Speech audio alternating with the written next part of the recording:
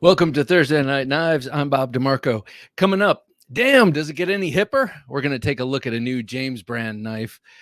You're gonna laugh when you find out what it's for specifically.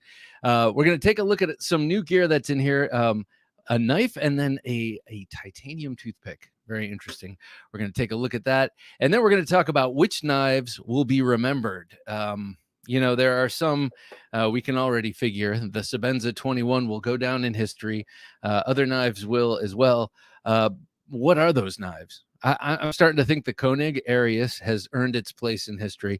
We're going to talk about what knives right now, contemporary, will be remembered in the future. Chris, how's it going? Chris McNair. Happy Thursday Night Knife Junkies. Hello, sir. I've been carrying this thing a lot. Christopher 67. Good to see you, sir. Looking noble indeed. Hey, Kevin. Good to have Kevin Moore here. Evening, Bob and Jim. How are the junkies tonight? Hoping all are well. We are well. Hope you're doing great too. I think you had a new knife day today.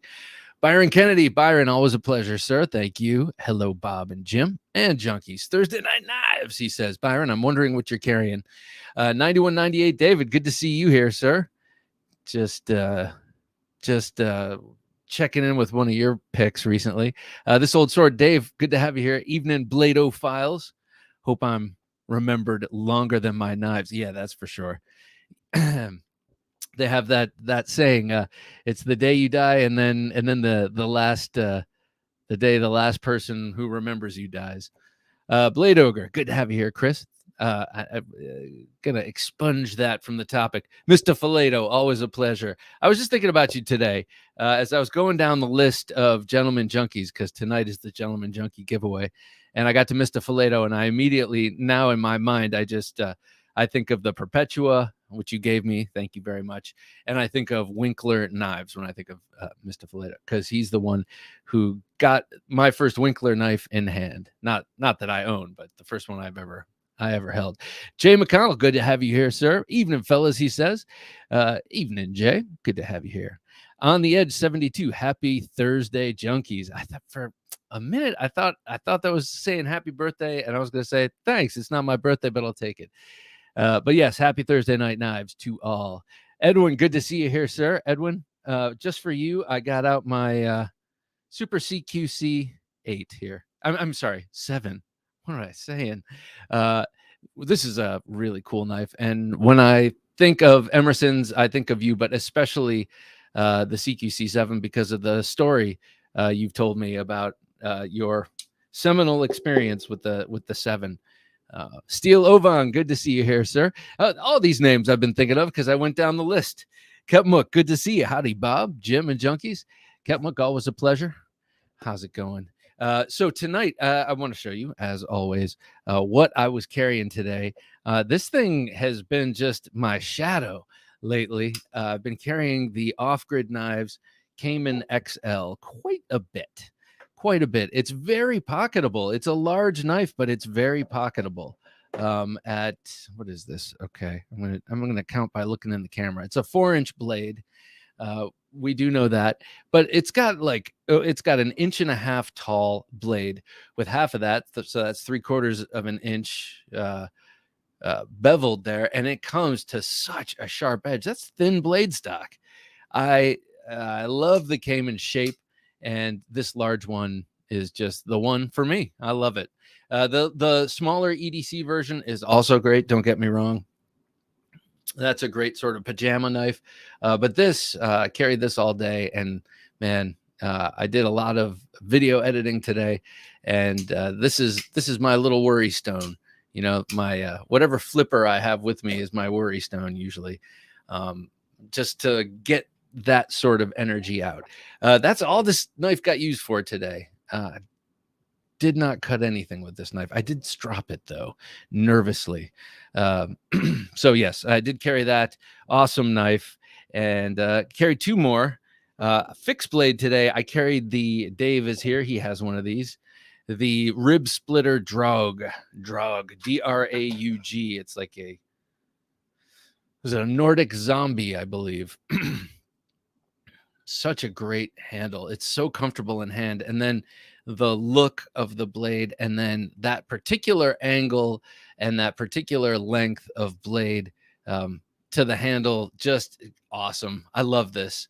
I love this knife. I was just thinking today about how I've begun to veer away from my obsession. No. My obsession with Pikal style knives is, I don't want to say waning. I just want to say cooling for right now. I've been doing Never Enough. Good to see you. Never Enough Knives 007. Yo, junkies, he says. Yo to you, sir. I've been learning some Mastro Defense System knife stuff, and it draws a lot on the stuff I used to train, the Kali. And so I've been doing a lot more edge forward stuff. And so I'm thinking about those knives now. Always a knife on the mind. But today I figured I just wanted to carry a Libra, not a Libra fighter, but you know what I mean, a Pikal style. Dan Satermo, good to see you, sir. Hey there, Bob, Jim, everybody. Well, it's good to have you here, Dan.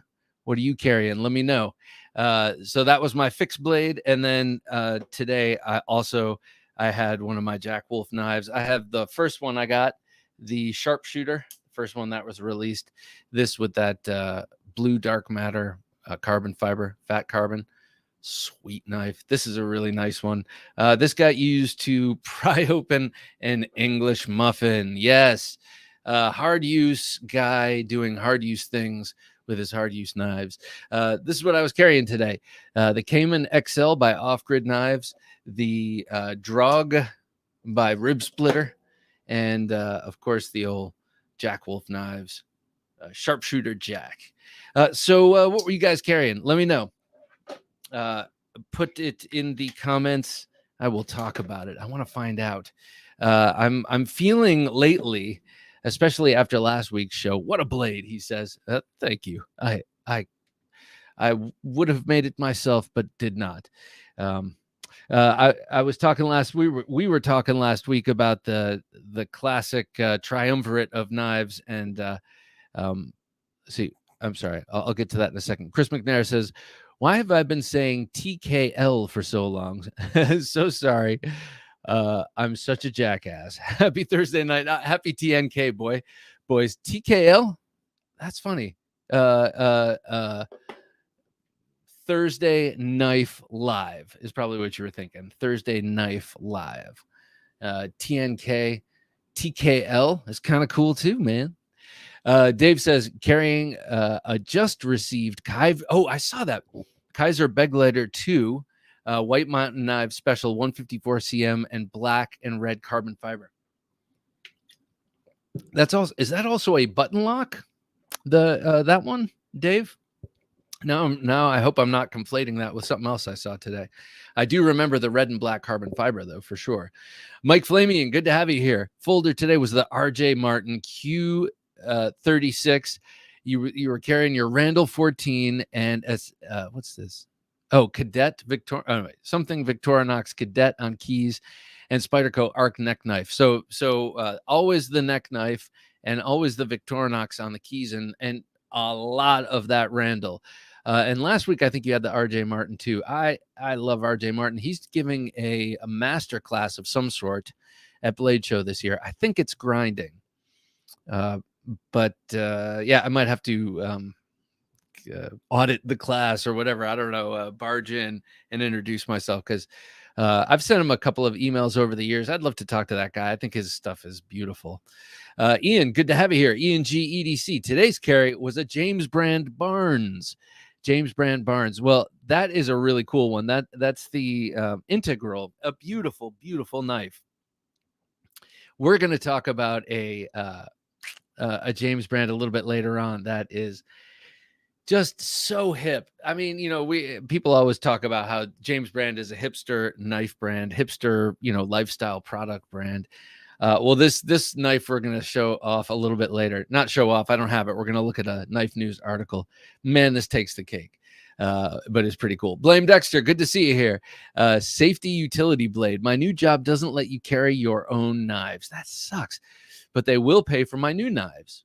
Well, that's the trade-off. And if they give you a utility blade, that's cool. I remember being at Home Depot once, and I was getting rope, and I was actually buying rope for rope testing, for cut testing. And the gentleman there who was helping me was really cool, really nice, but he was frustrated because he had to cut the rope, and he had to use the thing they gave him, and it was at this point a dull razor blade. Now, he worked at Home Depot. I guess he had no excuse to have a dull one. He could just go to the rack and grab a pack of razor blades. But man, it took him forever because I was getting some of that big nasty nylon rope. Blade Ogre says, carrying the Quiet Carry Drift Protec Brend 3. Nice. That knife, every time I have to stop and say nice, because you don't see that too much. But I think the Brend Protecs, the Protec Brends are really nice looking. Hogue EX04 Emperor Scorpion, that's a cool one. We had that here for a while. The Spartan Palace, nice. And the SOG Seal XR Bowie. That is such a cool and well-jimped knife. The Hinderer XM18 Recurve and the Case Hobo. On the side, Work Tough Gear JXV. I gotta get a Work Tough Gear knife of some sort. They're cool. They do some really cool designs, and they all look overdone and huge, but that's part of the appeal. They have exotic, useful designs. I got to get my hands on one. I have no idea which one the JXV is. Would that happen to be something designed by Chris Tanner of Prepared Mind 101? I know his knives, like the ones he's had made by Bark River and also by Schrade, he's used JX as the prefix to the last number or digit. Anyway, just curious. Mark Herrera, good to have you here, Mark.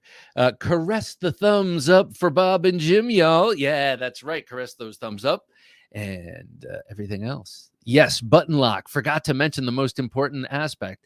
Okay. I love that because White Mountain Knives was the one who commissioned the first, the one that you loaned me, the one that has the natural tan canvas micartas. That's a nice one, man. That's a nice one. Brandon G. So congratulations on that recent purchase, or recent arrival, I guess I should say. Brandon G. Good to see you here, Brandon G. Today carried the Kaiser Roach. That's a cool one. The QSP Penguin. That's one I've been promising to get for years. And the CPK Deck 1. Wait, what's CPK? Why am I not remembering what CPK Deck 1 is? Please explain, spell that out. I'm in a sushi coma. That's what I have. I have a sushi coma. Byron Kennedy says, morning, Cayman XL. Oh, yes. Okay, so we were men of the same mind today. In the morning, you were carrying your Cayman XL. Afternoon, Cold Steel Recon 1. That's kind of like your come home knife, right? I'm starting to pick that up.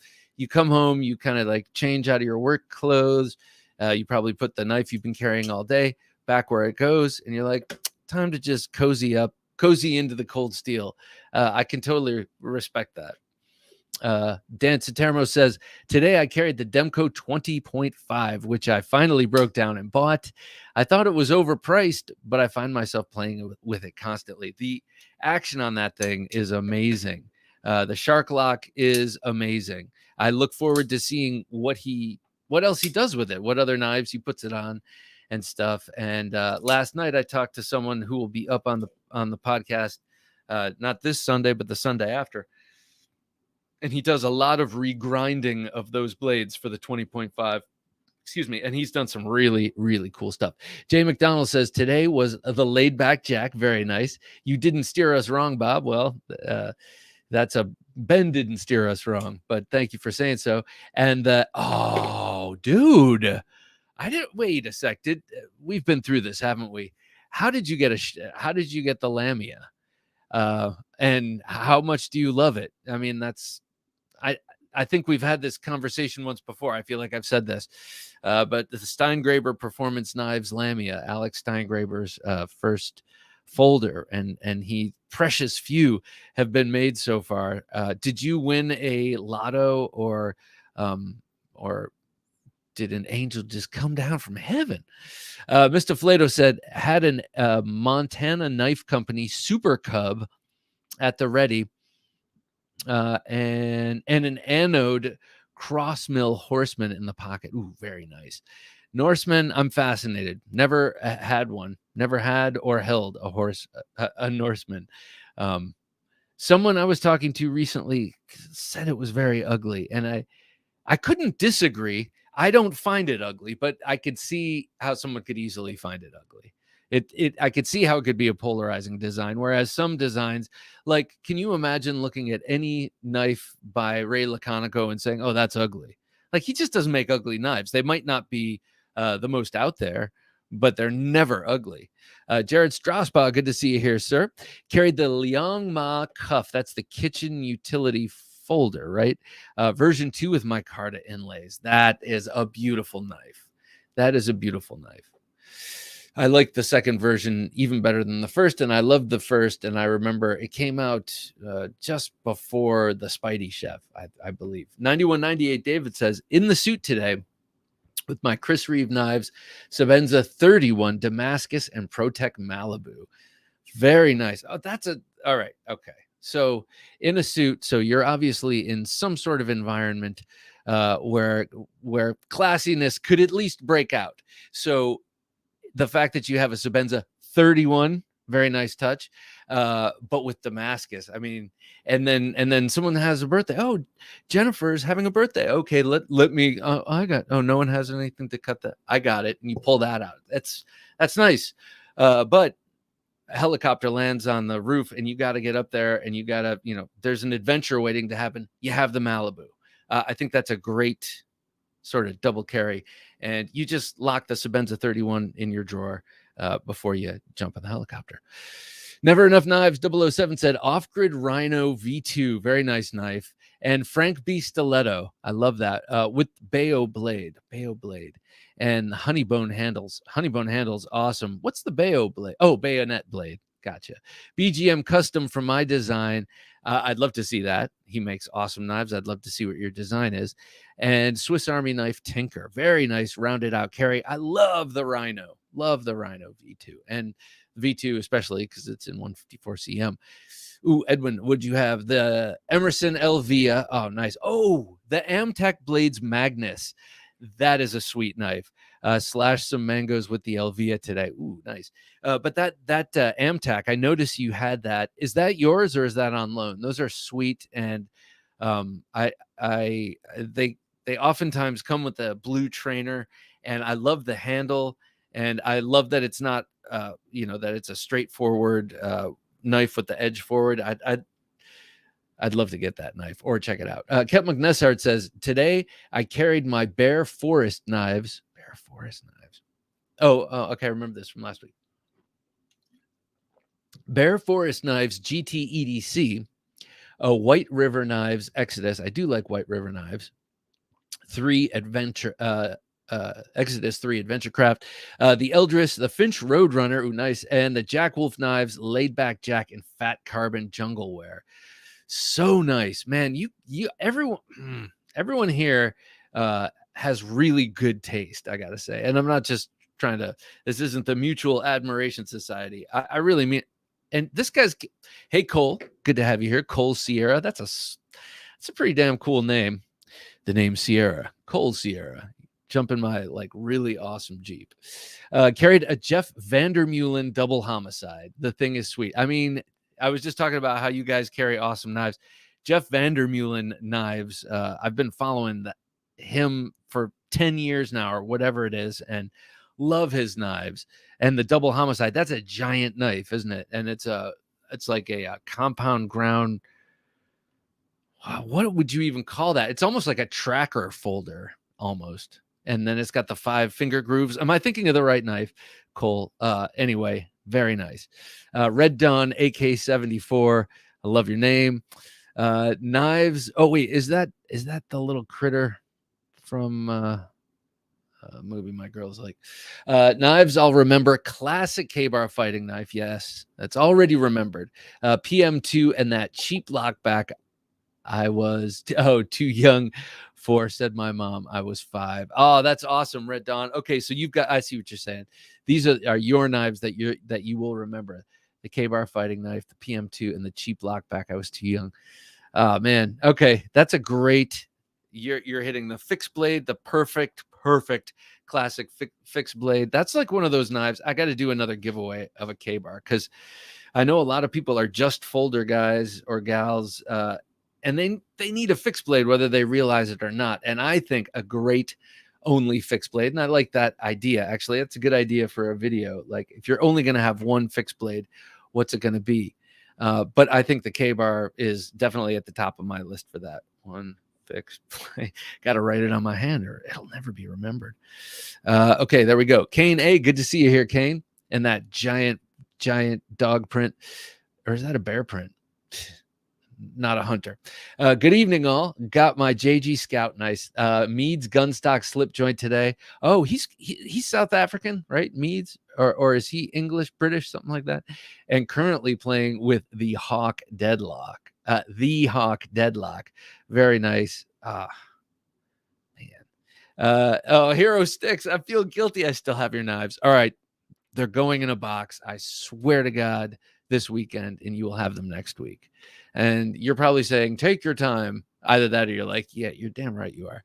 Hero Sticks truly is a hero because he has sent me so many cool knives to check out. I really appreciate it. Evening, everybody. Finch Devil's Finger, American Blade Works version 6. I've been carrying my Blade Works version 5 a lot recently. And my new custom Smilodon, nice, from Dirk Pinkerton. It's fierce and amazing. Thanks for turning me on to it, Bob. Oh, my pleasure. I don't have a Smilodon. I have the Cave Bear, also a double-edged knife from Dirk Pinkerton.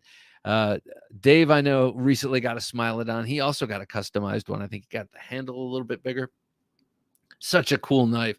It looks kind of like a Tanto, but all the edges are sharp. Michael Morgan, good to see you here, sir. Evening, Bob and Jim, he says. Well, evening to you, sir. Top hat. Blame Dexter says, I hope the Venom Jack has red carbon fiber. I won't be able to resist. Oh, the Venom Jack. That's next. I can't wait for that, man. Sean Kemp says, Yojimbo 2. Very nice. Hey, Sean, let me show you my Yojimbo 2. Because every night before the show, I pull out a bunch of knives, and I happen to pick out my Yojimbo today because it looks so cool and performs oh so very well with that blade catch on it. Really helps open the blade unintentionally. No, I do really like that, and I'm glad you had the Yojimbo 2 on you. It's a wonderful choice. I love the knife.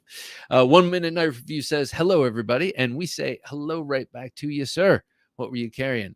Michael Morgan, Shaman with black canvas micarta scales. That sounds nice. You don't hear about that much. Usually the Shaman has the natural tan canvas micarta scales. And a Rough Rider Carnivore in black bone. Very nice. And that Carnivore, that's kind of their steak knife, right? Christoph Wilhelm, good to have you here, Christoph. I had the pleasure of the Vosti Nightshade tonight. Very cool. That's a cool looking with the custom Warney Delica backup. Very nice. So that Nightshade reminds me of a barong. It's got that downward canted blade and it's that leaf shape with the that's nice, man. Vosti, they have that Bellamy knife that looks really cool. And then they sent me their Morgan 8-inch chef's knife, and it's killer. To me, it's like a little over designed, just purely in looks, but it's great ergonomically. I didn't think it would be, actually, just from the look of the handle. And man, great blade. 1 Minute Knife Review had the SRM Fantasy today. I've experienced one SRM until Dave sent me another one, and it's a very Japanese looking one. It's very, very well done, very inexpensive knife. So SRM, so that's San Renmu, I think. Jay McConnell just got lucky on the latest lotto for the glass blasted Lamia. Oh man, blade is killer. Handle really comfortable and well chamfered. Detent is real stiff, but I'm building up a feel. Yeah, and that will probably wear in. It's like your feel will grow stronger and the detent will eventually grow weaker. But if the blade is anything like the Shark I have, man, that's awesome. NPR just got the good to have you here, NPR. Just got the M4 Shaman. That so if you'll notice, I go back and forth between Shaman and Shaman. I used to do that with Tanto and Tanto. Tanto being what I deferred to, but recently was pointed in the direction of Tanto, and that's what I'm going with. So is it Shaman or is it Shaman? I think shaman sounds more cultivated, like I went to my shaman in Brazil and did ayahuasca for my spring break. Christopher 67, that's a little bit of fantasy there, by the way. Christopher 67 says full size Doug Ritter in 20 CV. Love that knife. I love that knife. I gave my full size one to a friend in need, and I'm glad. But I have the little one with the purple G Mascus, and I love that thing. It's a great back pocket knife. I did, however, get a bug out clip for it, a little bug out clip. I prefer that to the Hogue clips. I don't like Hogue's clips. That's about. Hey, Gear ND, good to see you. What's good, Bobby? Heading to MX today or Monday. We'll talk when I'm back in a few weeks. Well, best of luck. Cool. Had my pouch that you saw today on IG, an 83 Tascosa and an 80 20.5 clip that didn't fit the frame. Oh man. So Gear ND is the one who made that Palmahawk, the small tomahawk I showed off about a month ago. I'm sorry, Gear ND, I've been holding on to that. And then also the little Tanto, which is very cool, and then the pry bar. Never Enough Knives 007. So many awesome carry pieces here. I know. Okay. I want, after last week, I started saying this a while ago, but after last week's show, and I kind of feel on my horizon at some point, if it's possible ever to score one, I need to get a Koenig. I need to get an Arius. I did discover almost a year ago that I love the knife because I picked it up once. Take your time, he says. All right. I'm not gonna. And I discovered, yes, I want a Koenig Arius. And then after last week, when people were saying, yeah, the old Triumvirate obviously is the old Triumvirate, and if you were going to do a new one, it would be someone suggested Grimsmo, Shirogorov, and Koenig, and I thought that sounded right on. Even though I don't have any of those, they all sort of embody the best of the most modern knives, to a large extent. So anyway, got to get me a Koenig Arius. What do y'all think? Cole says, indeed, it does have the 4-finger grooves. Okay, and is quite large as well. Got it about a week ago. Hasn't left my pocket since. That is awesome. Yeah, I always liked his work, Jeff Vandermeulen's work. He's got one that I'm not even going to try to describe it, but it reminds me ever so slightly of the very first version of the Liangma eraser that was produced by CRKT, in the late 90s, early 2000s. Tice Mead, he's based in South Africa. Okay, yeah, I follow him. He's got some just beautiful slip joints. Brandon G, CPK deck. Okay. Carruthers performance knives, defensive everyday carry, 4-inch fixed blade. Okay, that is not what I was thinking, but yeah. Okay, so Carruthers knives.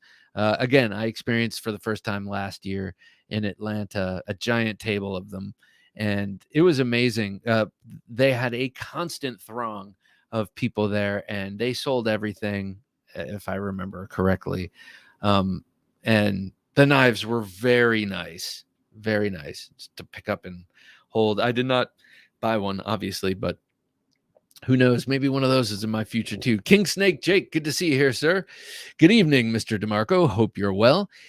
Thank you, sir. Right back at you. Carried a Hogue EX01. Yeah, yep. That's like the classic Hogue. And that's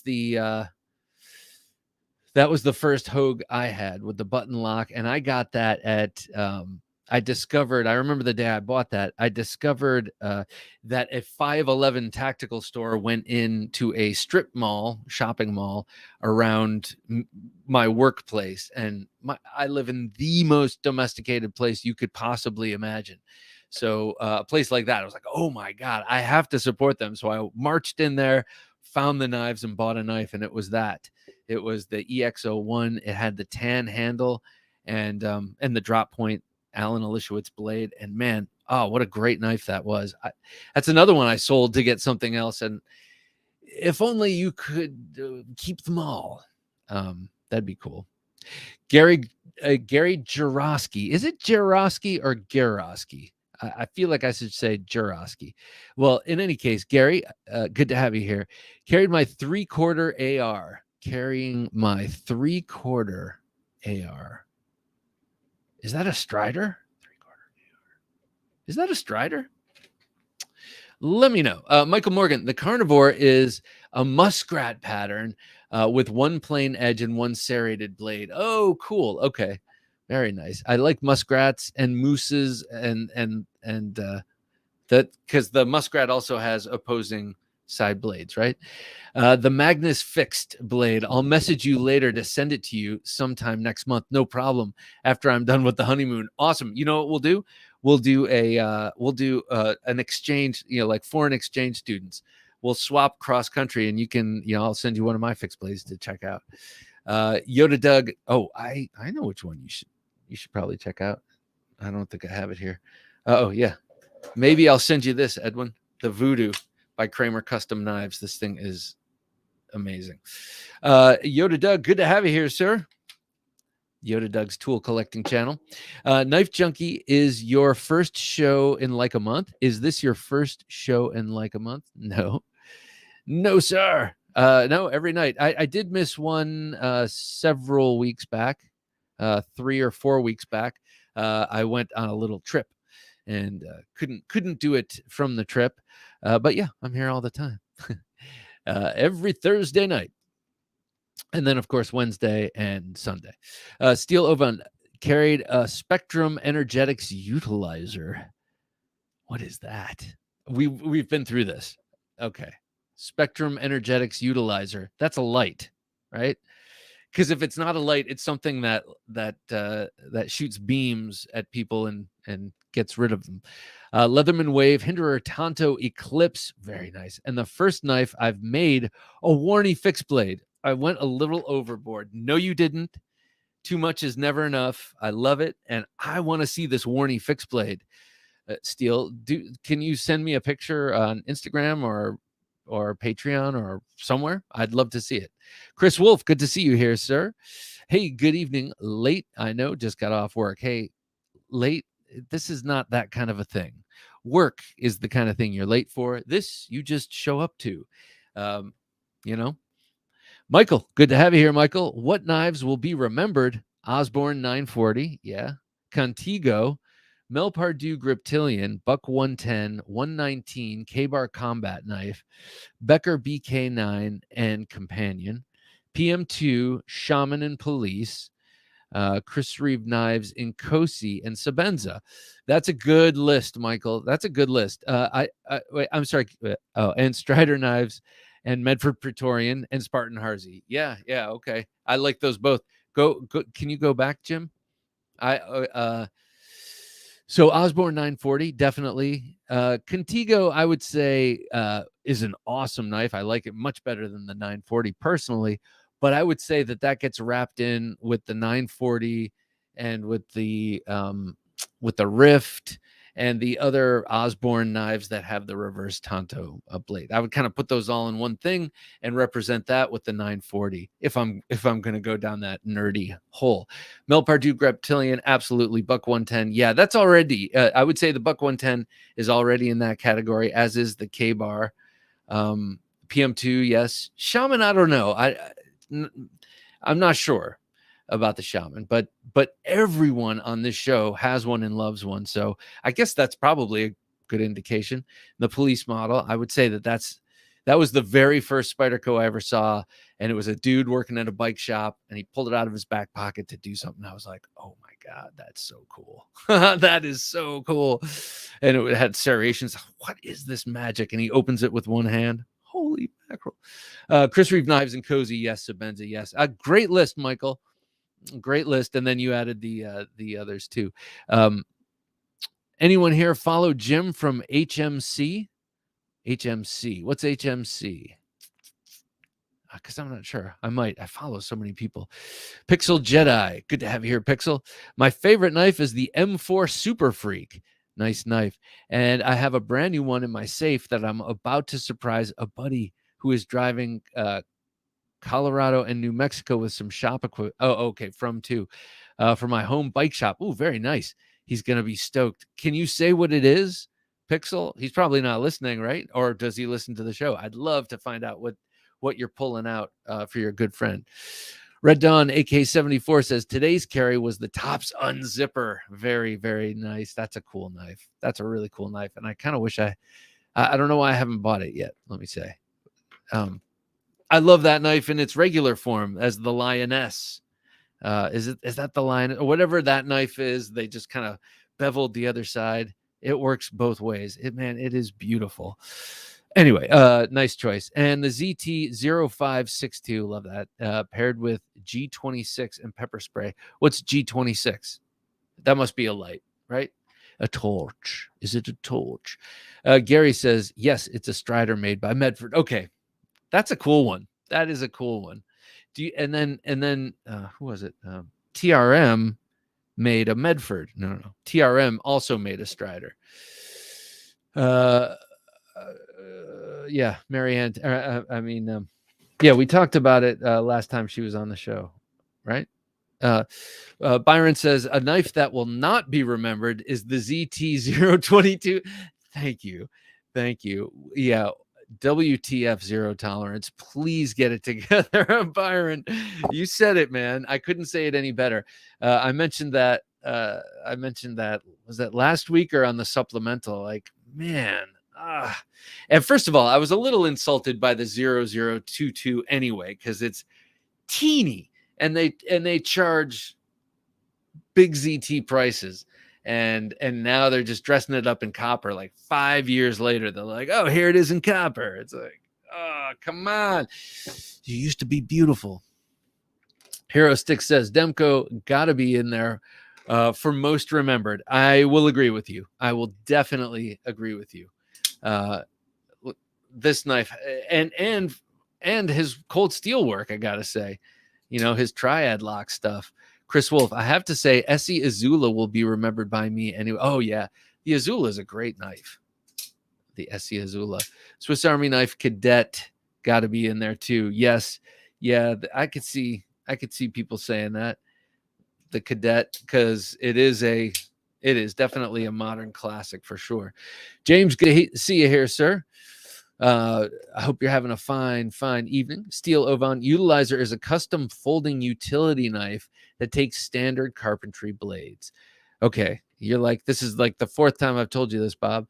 The Warney fixed blade is the first video I made. Okay. All right, well, I will be sure to check it out. Okay. I got a little bit of a bummer news with NAF Sergeant's most recent video, or I think it was his most recent video. Red Dawn AK-74 Glock 26. Got you, G26. Thank you. NAF Sergeant did his review of the Resco Instruments Gooseworks folder. This is the Mekong Delta Combat folder. And I, going off of his bad information, and he got his information from someone else, called this an American-made knife, and it's not. It's made by Bestech. And I love Bestech, and I love this knife still. Yet some of the mystique of this has been drained out, I have to say. Some of the mystique is gone. I love it. I will keep it. I will carry it. I will use it. I do really like it. But it wasn't made in some small shop in North Carolina by some dude. It may have been designed there, but it was made in China, and that's fine. It was beautifully made. But I thought, like Naff Sargent did, that it was American.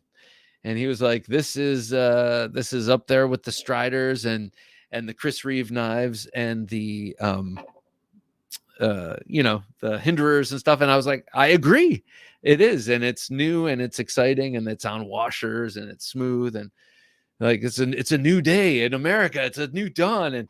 And to find out that it was made by Best Tech took some of the wind out of those sails. But I still like the knife very much, and I'm just gonna not care. Pixel Jedi says he's bringing me a double work stand. Ooh, nice. And a clunker bike. I love the bike shop SpiderCon story. Oh yeah, the Spyderco story. Yeah. The dude was cool. He was already cool. He was already a cool guy. But then he pulls out this Spyderco military, and it was, or not military, police model, and it was so big. It was, I remember, it's like a 4 1/4 inch blade. I was like, damn. Ethan Ruins EDC. I'm carrying the Emerson Spequar 2022. Ooh, yeah, that's nice. I just saw that with the gray G10. That's nice. James Moore says TRM will release some special things tomorrow. Ooh, really? What kind of special things? Curious. Christoph Wilhelm. The Super Freak is definitely an epic all-time Benchmade model. It is. What was the other knife that came out that people were saying looked like that? I think was a very good looking Benchmade, and I don't say that lightly, because oftentimes I just don't find them. I don't find them attractive. It's me. It's not them. It's me. Zen Ali, good to have you here, Zen. Andre de Villiers Pocket Butcher will be remembered. That is a cool knife. The ADV Butcher. You might be right about that. Nomadic Adventures. Good to have you here, Nomadic Adventures. Today's EDC lightsaber. Yes, that would be cool. That would be cool.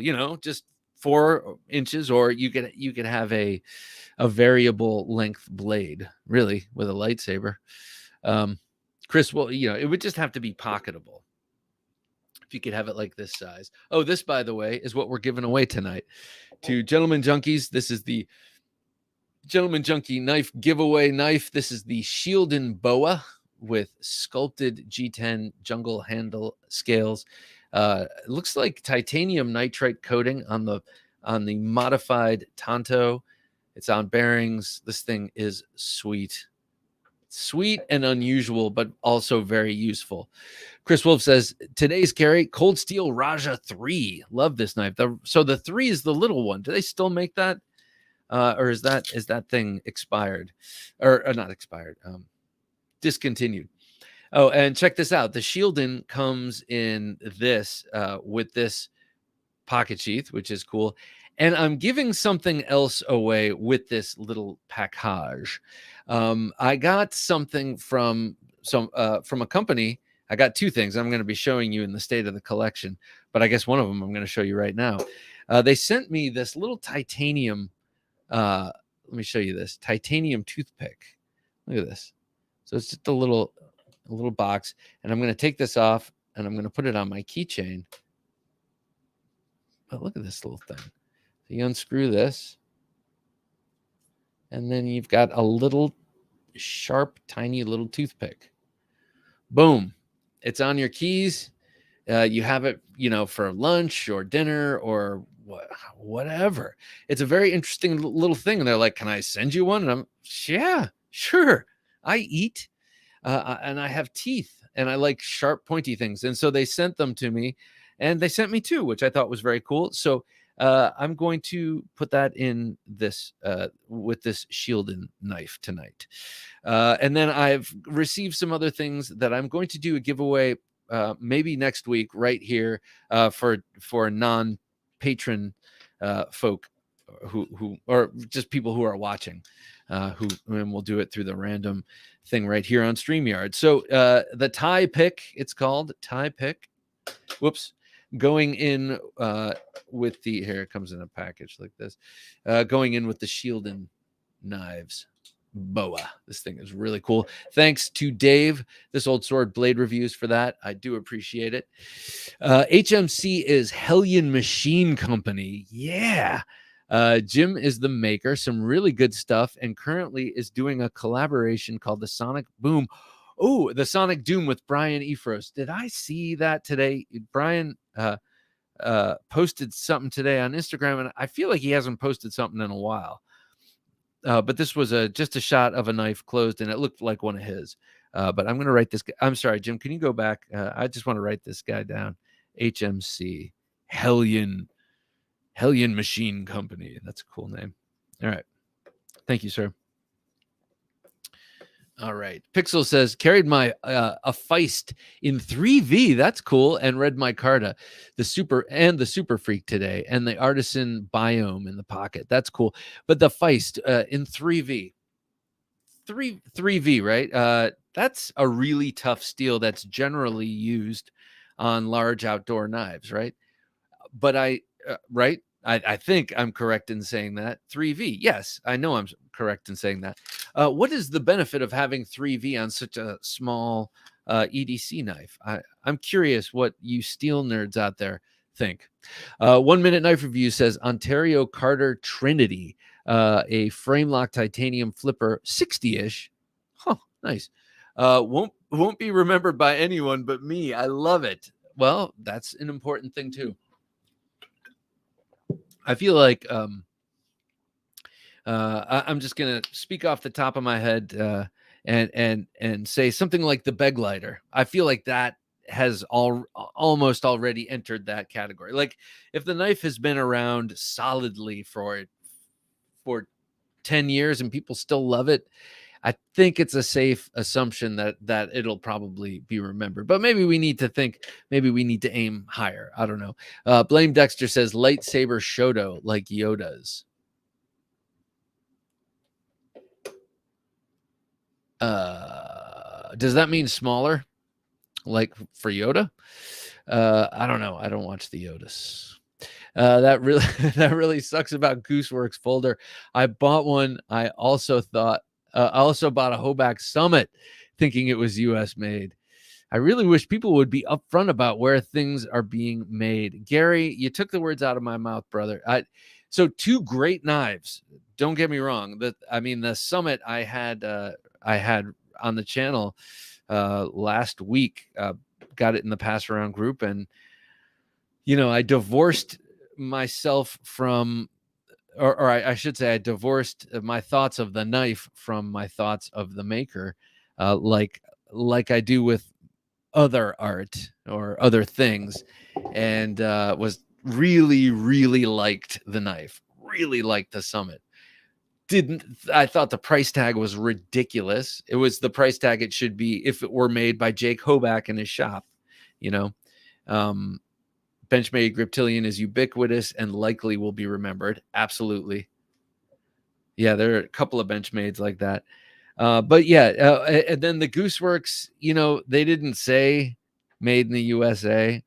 They also didn't say, I don't know, Mekong Delta Combat Folder, and their company is like, they say something like a bunch of frogmen, like old Navy SEALs, and I just assumed the way I thought the way it feels, the way Best Tech made this, it feels like some old Navy SEAL made this.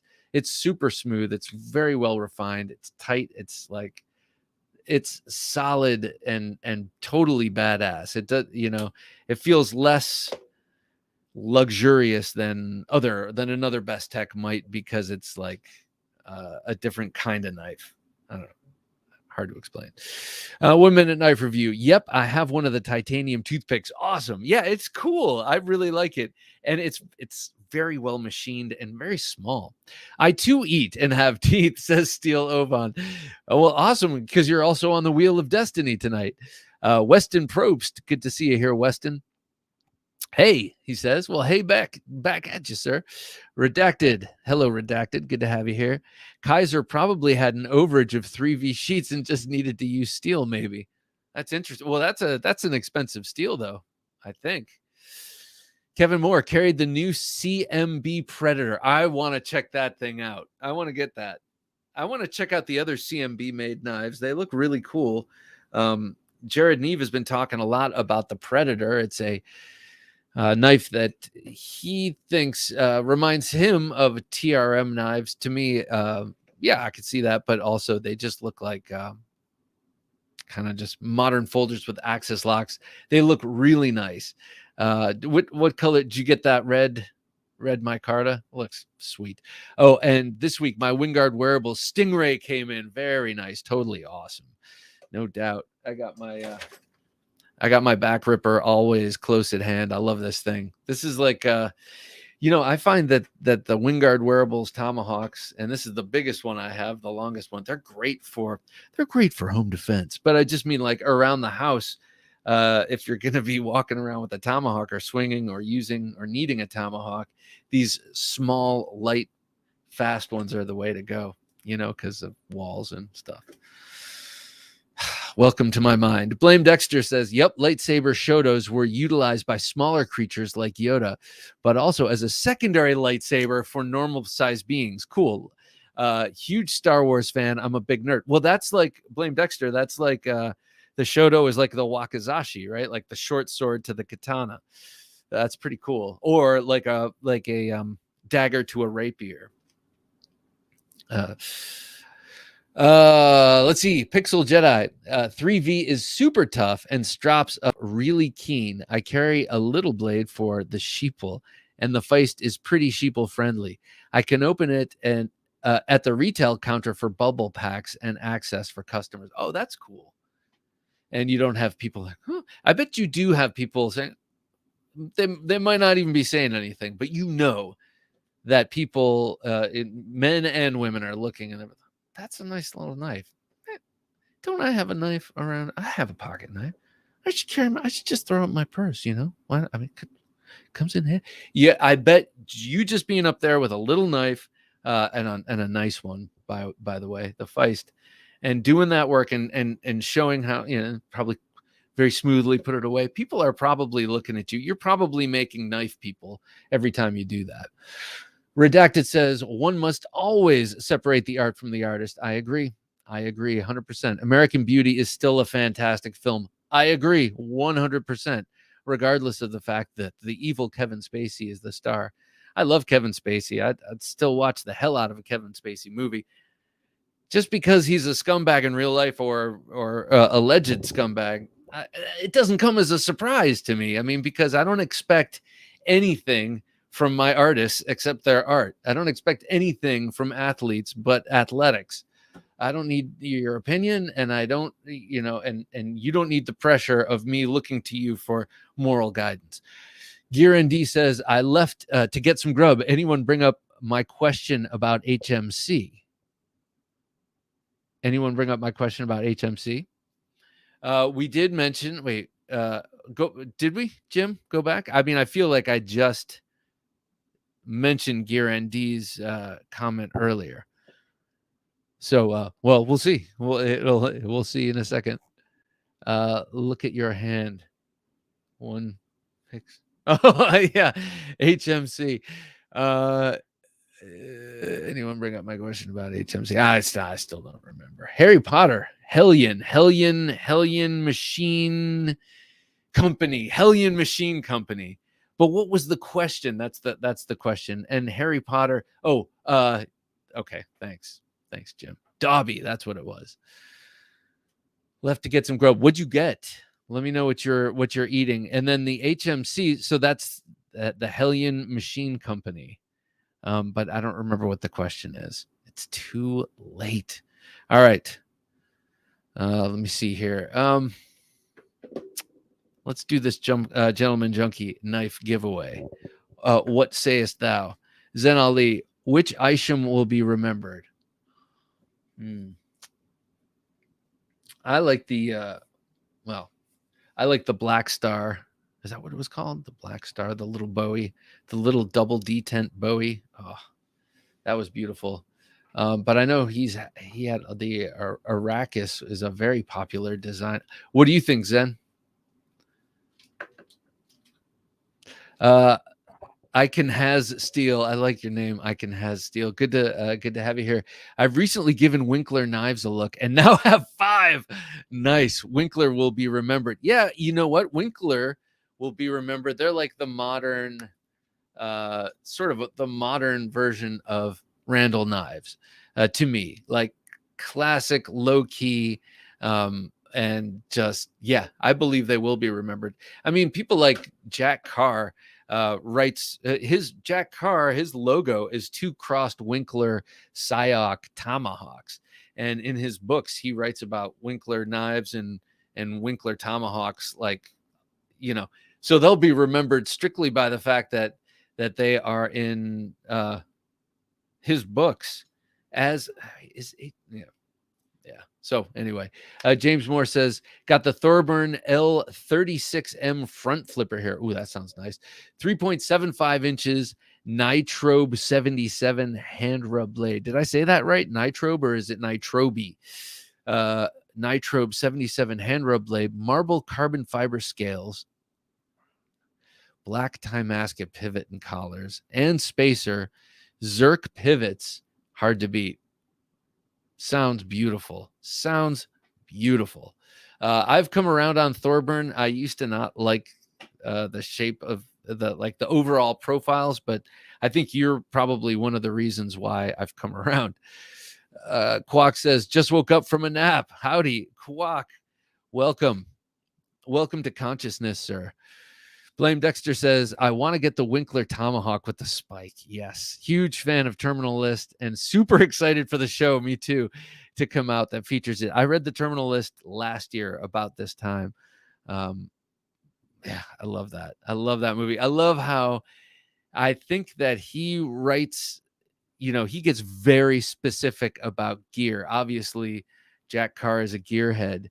And when he writes about it, it's not just like the guy has a knife or a K-bar. He has, and he goes into like great detail on the type of gear that the characters use. And so I'm very excited to see the show also. And I mean the movie. And I like Chris Pratt. I think he's cool. Aberdeen Blades, good to have you here, sir. Hello, all. A little late. Hope all is well.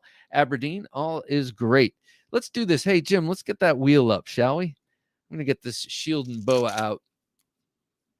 I just bought an M. Custa. Hope it's made in Japan. I think it is. I think that's their whole deal. M. Custas are cool. I remember, I don't know, they're another one who's kind of flown quietly under the radar for years and years, and they have a great reputation, but you just don't hear much about them. Maybe I need to check out an M. Custa. Yeah. It's so that I can share it with you all. It is a act of kindness. Okay, so here is the shield and boa, and we're going to put this tie pick in there. Again, I'll show you the tie pick. It has I'm going to take it out of the box. It's a little thing that you can put on your keys, or you can make a little fob for it, but check this out. It's a little titanium toothpick. And actually, Jim, we do have a discount code for this. I believe it's Knife Junkie, all caps, all one word, for 25% off of stuff from this website. I'll get that over to you. But this little pick is really cool. And so you can pick your teeth with it, or do whatever, pop out SIM cards. I don't know. Well, you can do all sorts of stuff with a little pick, I guess.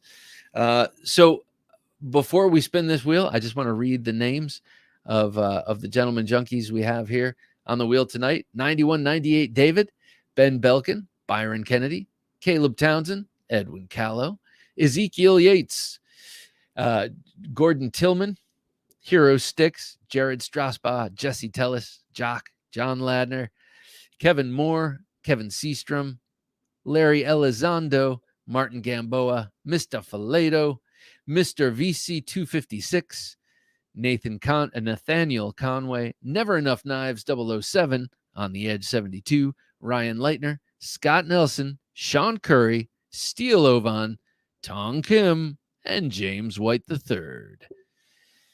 Gentlemen, one and all, thank you so much for your support. It's greatly, greatly appreciated. This tonight is only a small token of my appreciation, and I hope you all win.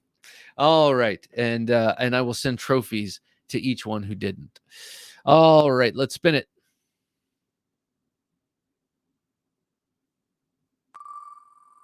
Oh, I like that sound. It's the sound of promise. Let's see. Here we go. Here we go. Byron, Caleb. Oh, Caleb Townsend. Look at that. Couldn't happen to a nicer guy. Caleb Townsend's been with this show for a long time. Caleb, happily sends you this shield and boa and tie toothpick, and I will get this in the mail post haste, probably Saturday. That's usually my day. I always say Friday, and then Friday ends up being a Charlie Foxtrot, so we'll just say Saturday. I'll get this in the mail to you, and you will also like knowing that it not only comes from me, but it came originally from Dave, this Old Sword Blade Reviews. So it comes to you unused and uncarried, even though I have thumbed it from time to time. Cole Sierra says, what's the purpose of a double detent? Double detent is, well, okay, actually, now there are two cases for a double detent. And I will tell you about the first thing I was talking about was in lieu of a slip joint mechanism, a number of modern non-locking knives take advantage of a detent that holds the blade closed and a detent that holds the blade open but does not lock the blade open. And oftentimes they flip. And those are called double detent knives. But since you mentioned it, a whole bunch of Emerson knives from whenever they started in the 90s, in the mid 90s to about 2016 had a double detent system. But in their case, it is a locking folder, and the double detent refers to the fact that there's a detent ball right here on the lock bar, and then there's a detent ball on a small folding leaf you can see right there that theoretically holds it shut. So that's a different kind of double detent. This was the only kind of knives I know that this was done on these Emerson knives up until about 2016. And this one happens to be very stiff, and I've tightened it. So, but some of my double detent Emersons that I've used a lot are very, very super smooth. So, but what I was referring to and what most people refer to when they say double detent is that first thing, the opening and the holding open and holding closed mechanism of a non-locking modern non-slip joint folder. Junkies, Bob needs a fix. Slap the like button. That's true. Bob does need his fix. Just smack the like button. I swear. James Moore agreed about ignoring artists and actors' beliefs and actions outside their work. Otherwise, I'd never listen to music or watch movies. Yeah, exactly. Thanks, Kevin. Usual suspects. Glenn Gary, Glenn Ross, Sezezen. That's how I like to pronounce 7. And LA Confidential. No kidding. I love that movie. I love LA Confidential. Such a good movie. And he was so great in it. Congrats, Caleb. Congrats, Caleb. Caleb, congrats. Yes. Congratulations, Caleb. Like I said, Caleb Townsend, this is coming to you, sir, if you are here indeed on this fine evening. About Gooseworks, Iken Has Steel says, about Gooseworks, I called and asked if they had any hollow ground versions left. Got a micarta bolster version with Timascus basket. What? I bought that a day after the Best Tech info. Bummed. Well, I'm shocked that they had all that because on their website, you go to their website, it's very sort of, plain. And then you buy the knife and it shows up wrapped in foam paper and taped to the inside of a priority box, like not even in a Ziploc bag. And so I'm surprised that they had all these options, that they had this crazy option for you. Sounds like pretty sweet because you got the hollow grind, and it's a damn good knife, but it's a disappointment, let me say. I'm not angry. I'm just disappointed. 1 Minute Knife Review says, I have an Amari Creator that has a double detent meant for kitchen use. How interesting. Huh. I wonder what the advantage is there. I guess because the downward pressure on the upward pressure on the blade is going to go against whatever the stop pin mechanism is anyway. So Quack says, oh, you're right, Bob. I was thinking of 2 detent balls on the Oz Roosevelt as double detents. That has 2 detent balls? I did not know that. Where are they? I mean, are they both on the lock bar? James Moore says, not sure what custom knives will be revered in 20 years. Bull Shamwari, M. Raymond Starlet. I'd like to think Sikovich, Mini Bio, and Lerman Sigma 6, maybe a Lespect. But do many people know those now? That's a good question. Shamwari, yes. Sinkovich, they know Sinkovich. I'm not sure about the Mini Bio because I don't know I'm not sure what that is. And Lerman, I mean, Lespect, people probably know the names, but that's an interesting point, James, because custom knives are in so much fewer hands. How do you say that? In fewer hands, so that they're not as well known. So how can they be as well remembered unless they are held up and revered and desired by many, but owned by a few? Chris Wolf says, being transparent, what is the country of origin truly a good Yes. It's exactly right. Just be truthful. Why? Who cares? Like, really, who cares? The people who, I don't mean who cares. What I mean is if you're proud of this thing that you're selling, that you designed, and that you had manufactured by a fine manufacturer, one I really like in China, why not do it proudly? Why skulk around, you know what I mean, and not correct people or make it appear a certain way or just not mention, I don't know. Especially when you're selling the ethos of military American, or a bunch of old frogmen. Well,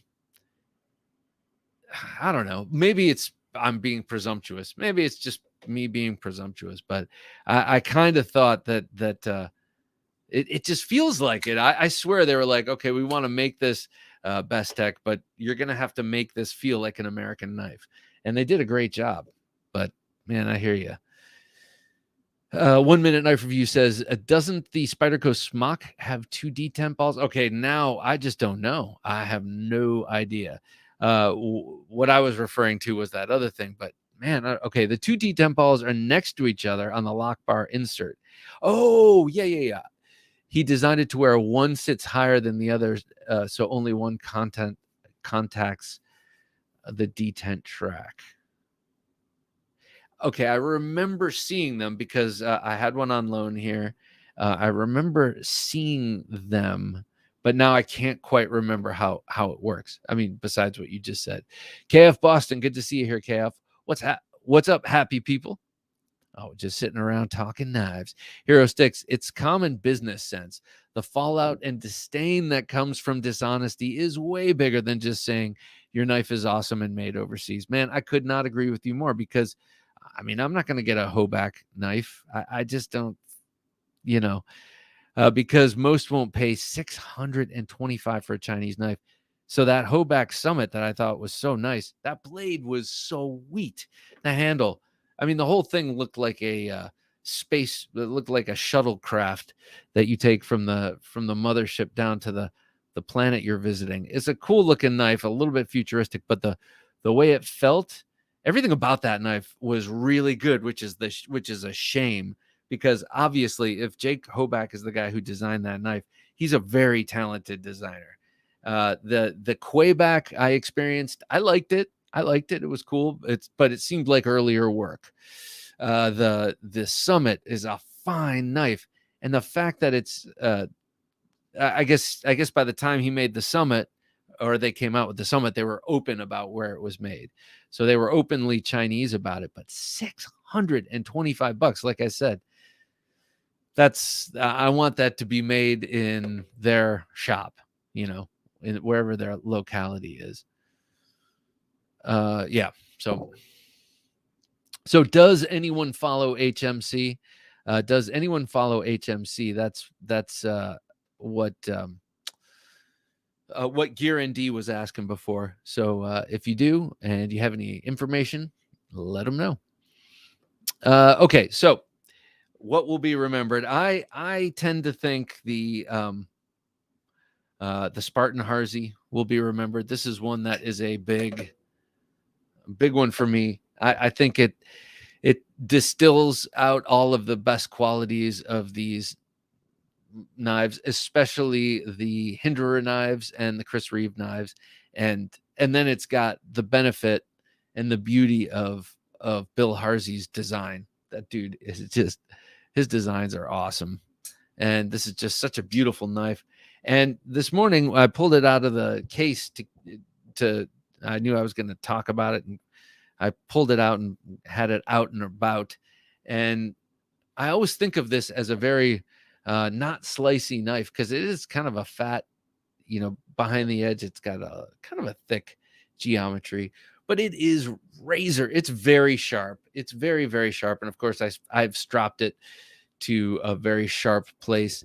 But just because it's not as thin and slicey as a Civivi does not mean it's not sharp knife. So sometimes I lose sight of the fact that it's not only the thin slicey knives that can really mess you up. Agreed with James Moore's list. Knives like the Shamwari, Starlit, and Laksa from Scott Cook are timeless designs, which I guess speaks to the brilliance of the Sebenza. Oh, that's interesting. Yeah. Because especially the Laksa, to me, reminds me quite a bit of the Sebenza. Laksa, of course, 2-quock. Yeah. I feel the Spartan Harzy will be one. Yeah. Any of these modern new knives, I don't know. Any Kaiser's going to be remembered. I like them, and I'm not saying anything bad, but it does beggar the question. What up, Bob? What up, Jim? What up, y'all? Says JN. What up, JN? All right, so I showed you the tie pick. Now let me show you something else that the same company, it's called Daily Carry Co. And they are based out of Utah. I think the stuff is designed and their company is out of Utah, but I'm not sure where the stuff is made. I guess I should say I don't have verification on where the stuff is made. Obviously, it's probably made in China, or maybe it's made in China. So this next one looks like I've had it a long time, but it's only because I threw it in my pen zipper pouch thing on my backpack. The zipper pouch where I keep a pocket knife and a bunch of pens and keys and stuff like that. And it got all scratched up. But this is brand new. And this is a knife that they sent me. Now check this thing out. All right, I'm going to try and do this under the camera here. So as you can see, the blade hides completely in the handle. And when I first got it, I was like, how does this, what is this? And then I remembered, this is their mag blade, they call it. So you just separate it, and then you just kind of flip it, kind of like a bally song. It's hard to do under this camera here, but here, let me try it again. All right, so check this out. Okay, here's the knife. You have it in your hand. You separate the magnets. It's held together by two magnets here. And it's got a 20 CV blade. This is, what is it? Grade 5 titanium. They call it grade. It's like grade 5 titanium and CPM 20 CV. Or no, is this M3? I think it's M390 blade steel, according to their website. That is, and it's got a really sharp but also very wedge-like blade here. Oh, there it is. Thanks, Jim. The Mag Blade magnetic titanium knife. What is it? Let's see. It'll say in a second, but let's see. I'm gonna do this not under the camera and just it works kind of cool. I mean, you can really kind of flip it once you get used to it. You know, it's working on a different axis than a bally song because it goes like this. But I thought it was a nice. Well, I mean, they sent it to me. I thought that was very nice. But it's a cool design, cool idea. Might benefit from a clip, but also might not. This is a great little kind of nerdy spec stuff. This is a great kind of that's M390 blade steel. This is a great kind of sheeple knife, I feel. Even, especially if you don't flip it like that, because it's unique, it's interesting. This is again one of those knives like the Feist we were talking about before, where he's pulling it out and using it in front of customers, and I'm conjecturing that they're looking at that thinking, oh, that's cool. He's using this knife and it's not a weapon. He's just using it. And I have a pocket knife. I should start using it. This is the same sort of thing. You going into the office and cutting something in the lunchroom, and people are like, oh, that's cool. That's a cool little knife. Anyway, I think it's interesting. It's hazardous. Also, it's a little expensive. It's $200. Oh, see, off camera, I can do it pretty well here. I mean, that seems a little expensive. They don't really, I don't know, but yeah, what do you think? What do you think of this thing? Ow. What do you think of this thing? Interesting. Daily Carry Company Mag Blade. It's got a nicely ground blade. Sharp. I'm wondering who made it. I think so. I asked the woman who sent this to me to send me as much information about the company as possible, so I knew what I was talking about. I did not receive that information at the time of publishing, and so I'm not exactly sure. I think it's a dude in Utah who makes designs and then has them produced. EDC, EDC designs, and this knife was one of them. Pretty cool. Pretty cool. I do like it, and the fact that I've already kind of given it some snail trails means that I'm just going to throw it back in my bag, and this is going to be part of my carry. It's pretty light. There is some weight reduction, so yeah, it's a cool little knife. I don't know. What do you think? Pretty interesting. I do like that. I do like using it a little bit like a bally, though. It's pretty cool. Scoria will be remembered, and I'm saying that half joking. I mean, I don't know if any of these kind of knives will be remembered, and by these kind, I mean, a really, really excellent and well designed, good looking, well executed Chinese knives are a dime a dozen. So, are we going to remember each individual one, or are we going to remember the knives coming out of China right now as a movement, as an historical period? We're like, yeah, that was the golden age of knives, and or will it be something like individual knives like the Scoria get remembered? I think this thing is a pretty cool knife. Not all knives need to be thin slicers. That's the beauty of knife collecting. Here, Shane. I like most of my favorite knives are not. Though I do like all. I do like all. Like, here's a great blend. This the VSEP by Les George. It's got a decently thick blade stock, but a very high flat grind, and it comes to such a nice edge. And then the person who owned this before me made that relief cutting edge a little bit less steep, and so it's an even better slicer. The VSEP will be remembered. This design, the Rockeye, the VSEP is the mid-tech version of the Custom, which was the Rockeye. And when the ProTech started making this design, instead of calling it the VSEP automatic, they called it the Rockeye automatic. And they have the short barrel Rockeye and all that. And so this design and its shorter cousins or brothers and fixed blade cousins and all of that, I believe this particular Les George model will be remembered. Quack, in regards to modern knives, I think the ProTech Malibu will be remembered as the knife that set off the button lock craze. Yeah, there were others before it for sure, but I think the thing was always flippers. I think there were button locks, not many. I think most of them were found on automatic knives.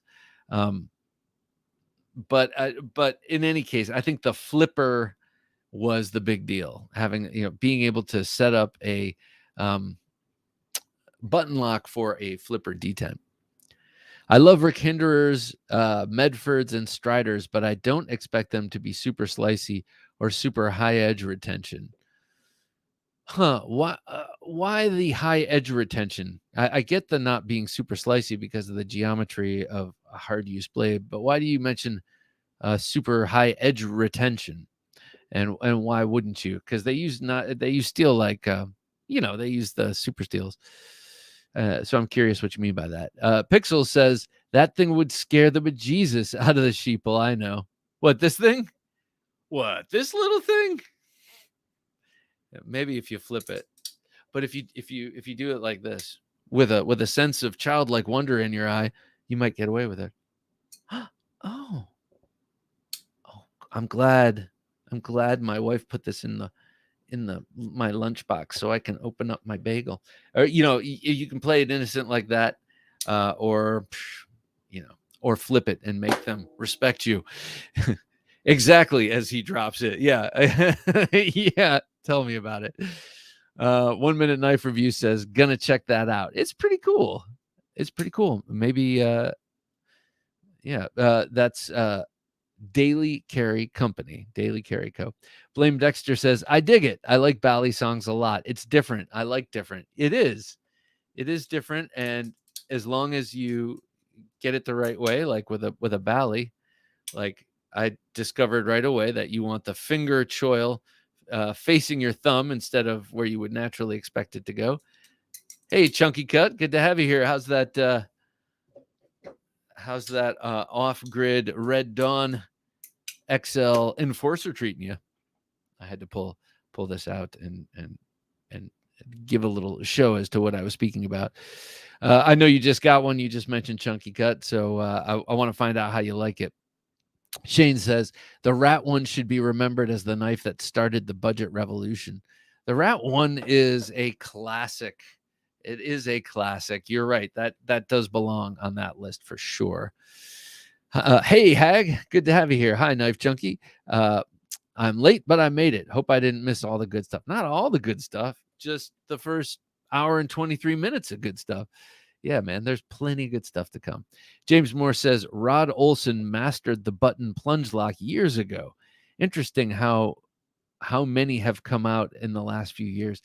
Oh my gosh, yeah, that is the thing. This is the year of the button lock, is what I've heard people say, especially when talking about Civivi. I know Civivi's going to be coming out with tons of them. And then I know We now has a premium button lock that they will be coming out with. So people who have been really getting into all these Civivi button locks and have a Jones for one with expensive materials can now get the We.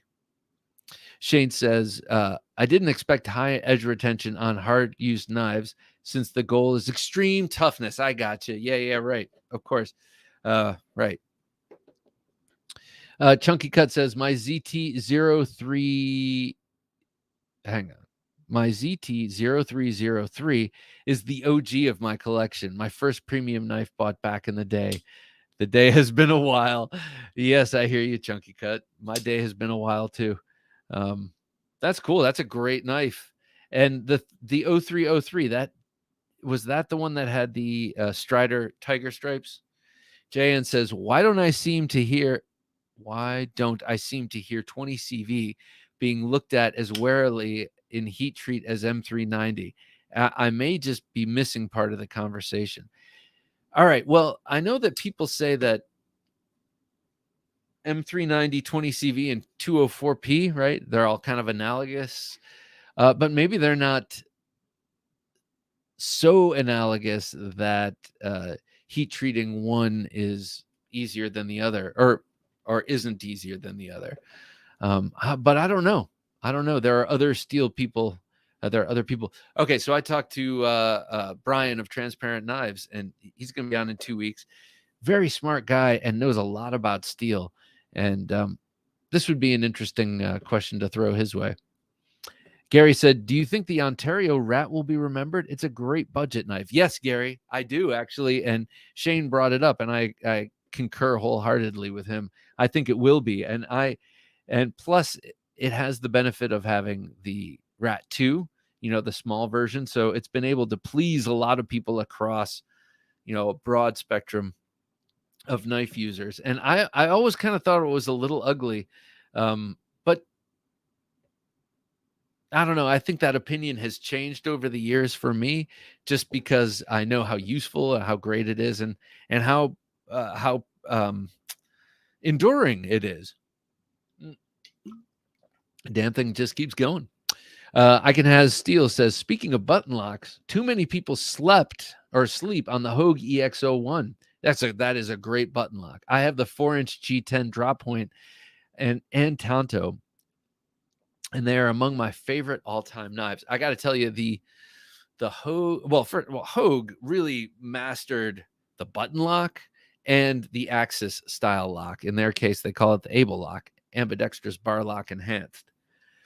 They have really, they were making gun grips, and then they decided to make knives, and they've been doing it better than some who've been doing it much longer. And part of that is nailing those two kind of locks and just getting them just right.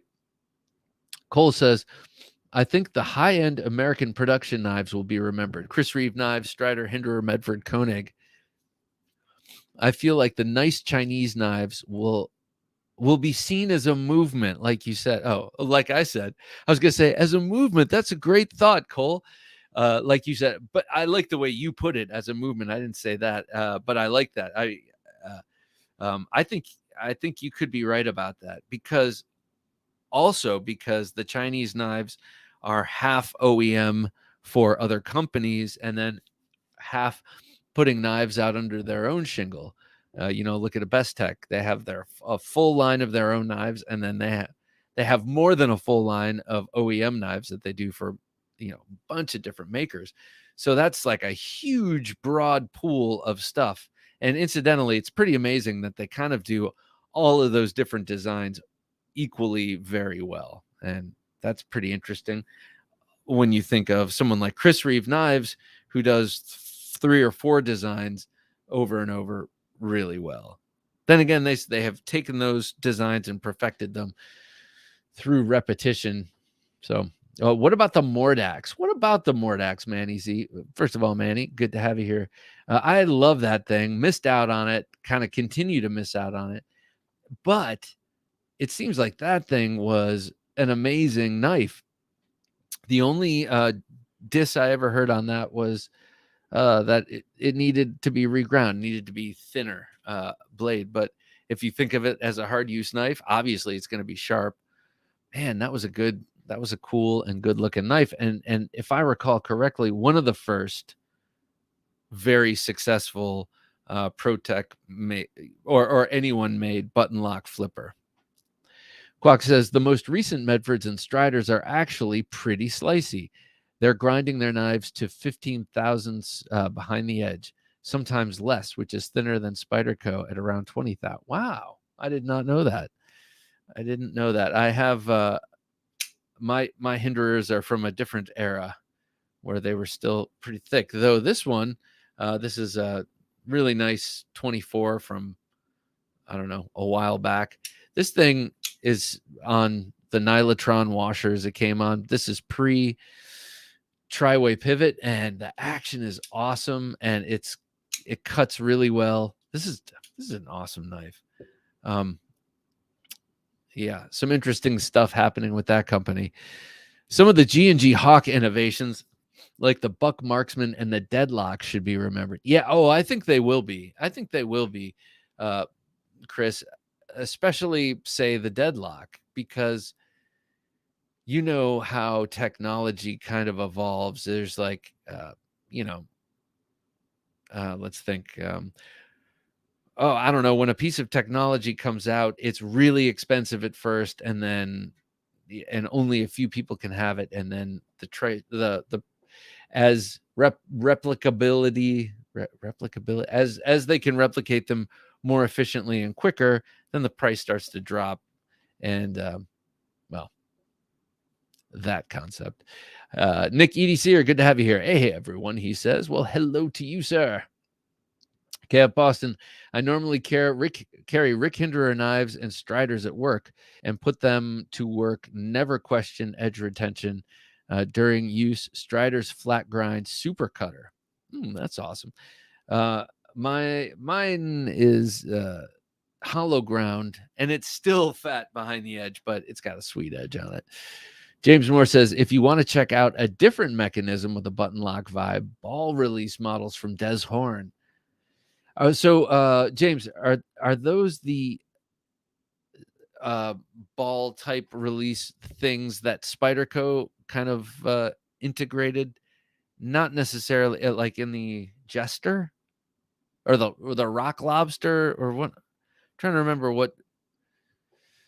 Sorry, trying to remember what models they use that. But is that from Des Horn? Because I know they had some sort of collaborative relationship. Cole Sierra says, my full thickness 3V Marauder, is surprisingly slicey for a 0.26 blade stock. That is a fat blade. Damn. So that's a 1/4 inch blade on a folder. That's crazy.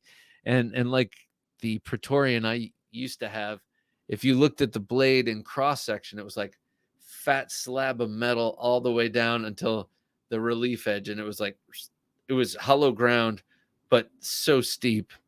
It came to a really thin, sharp edge, but it immediately shot around to the shoulder with those grinds. Chunky Cut says, the Off-Grid Enforcer XL Red Dawn Wolverine Avenge Me edition is doing well.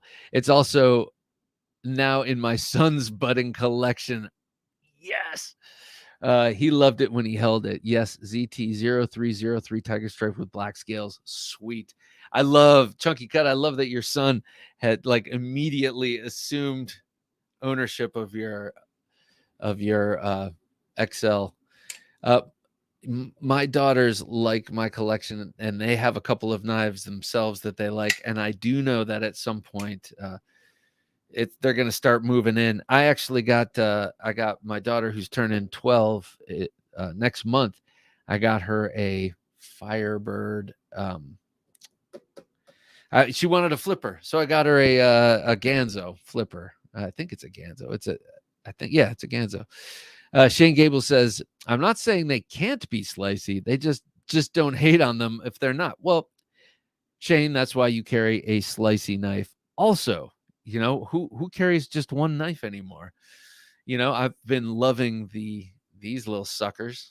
They're so thin and slicey. If I need to slice something, I'll use this.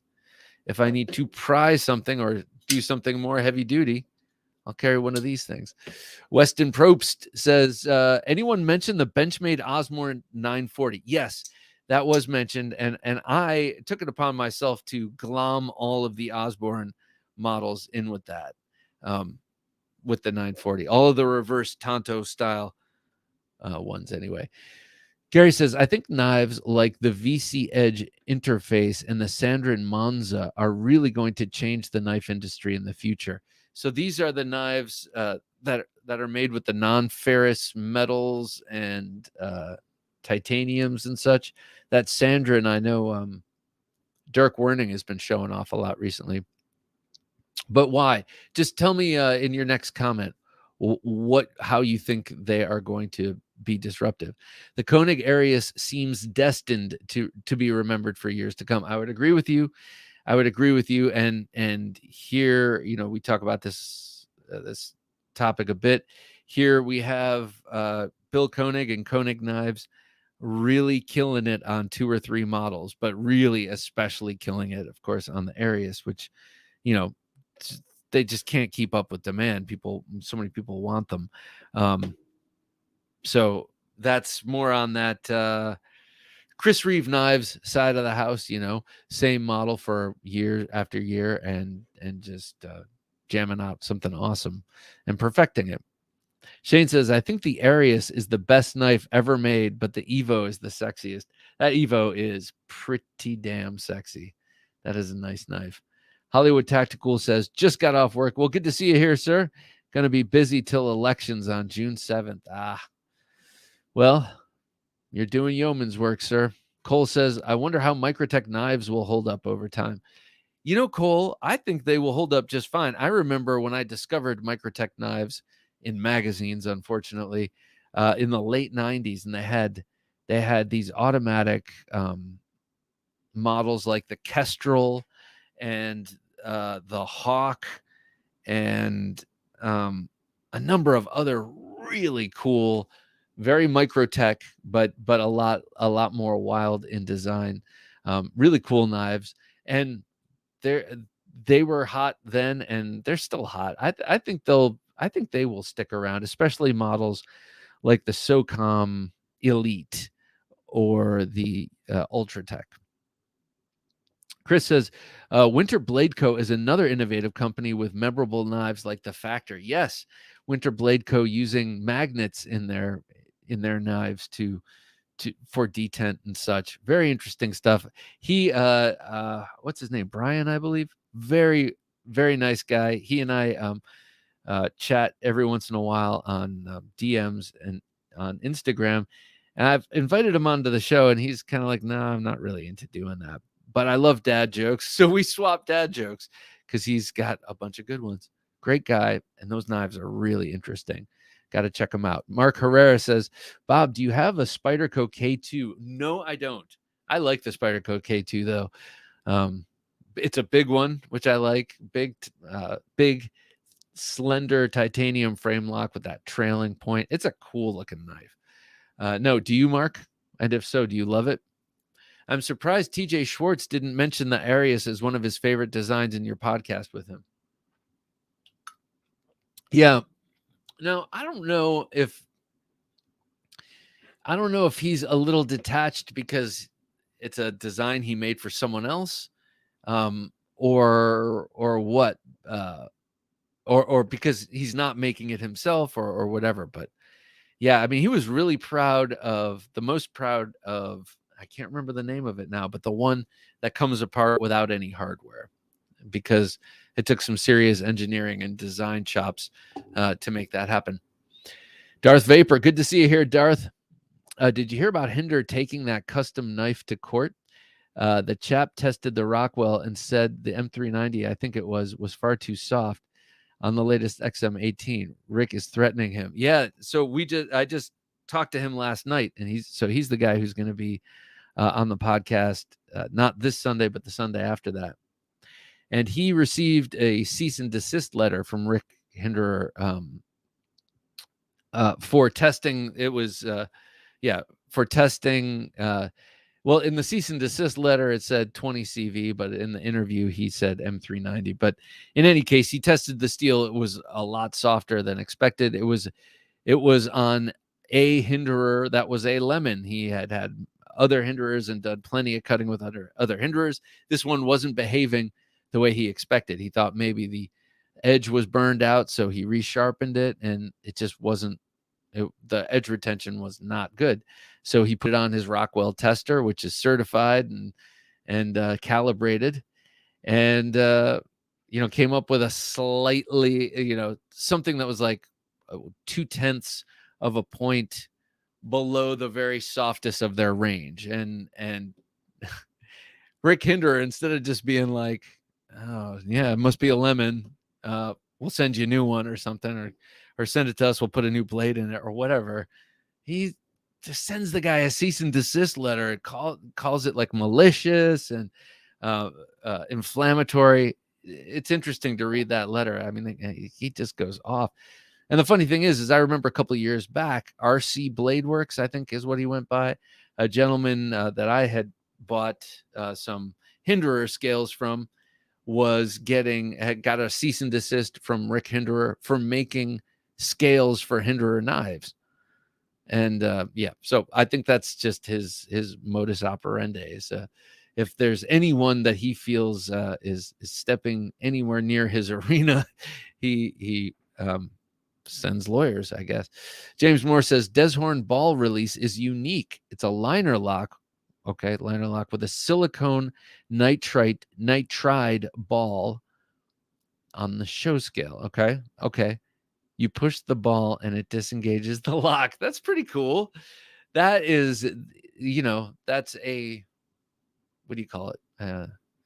A luxury flourish. I like that.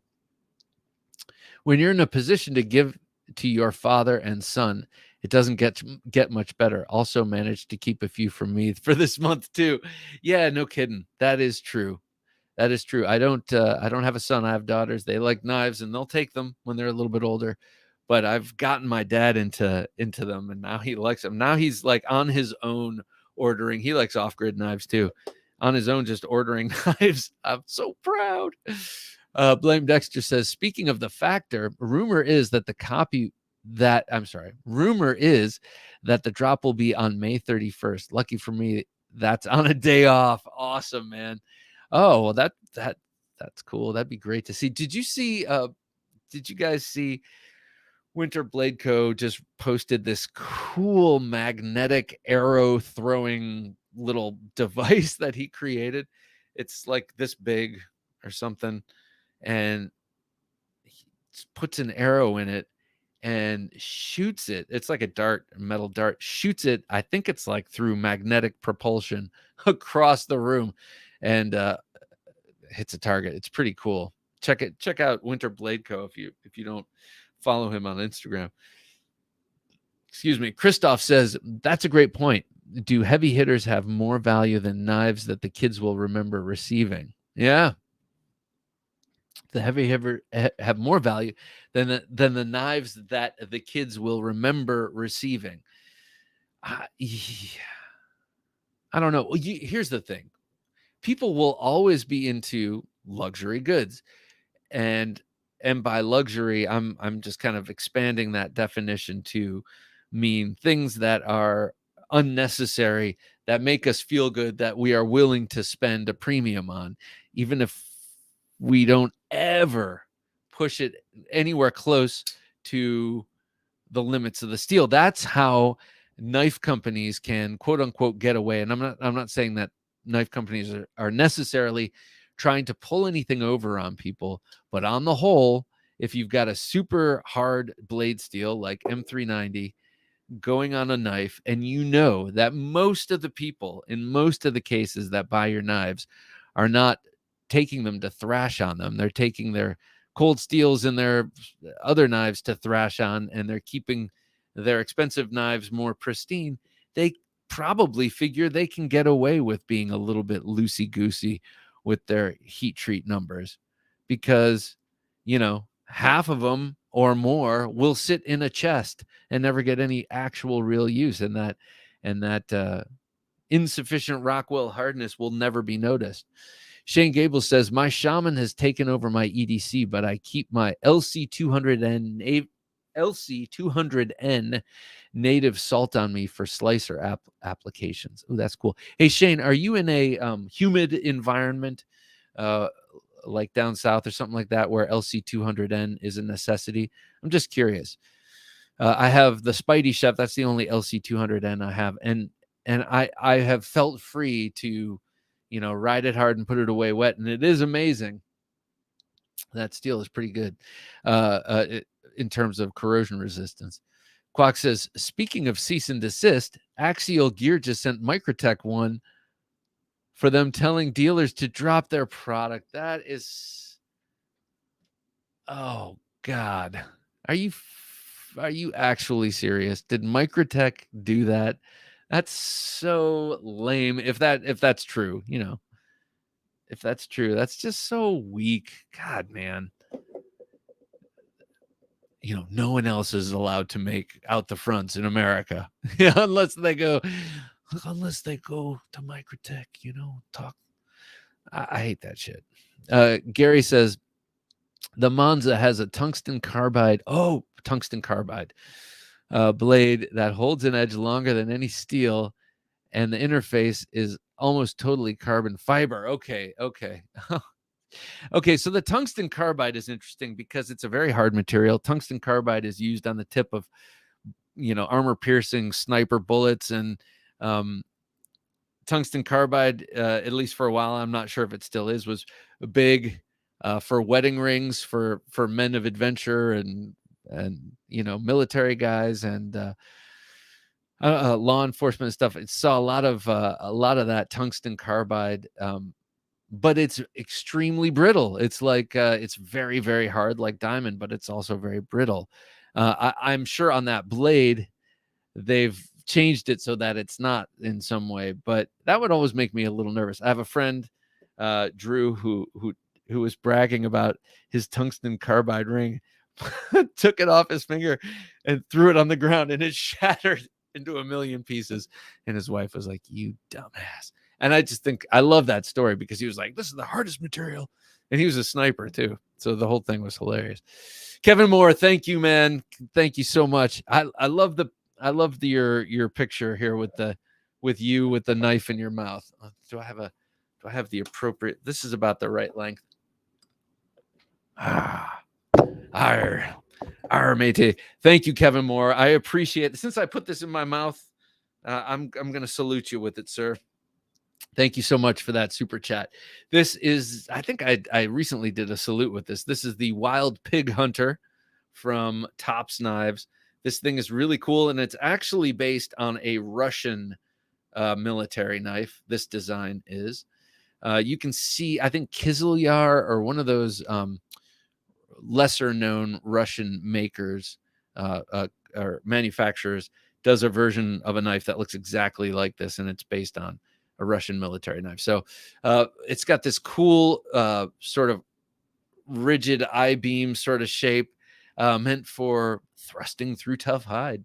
I guess the idea is your dogs corner the thing, pin it down, and then you walk up to it with your knife and you kill it while it squeals. And then you eat pasta ragu for months and months and months.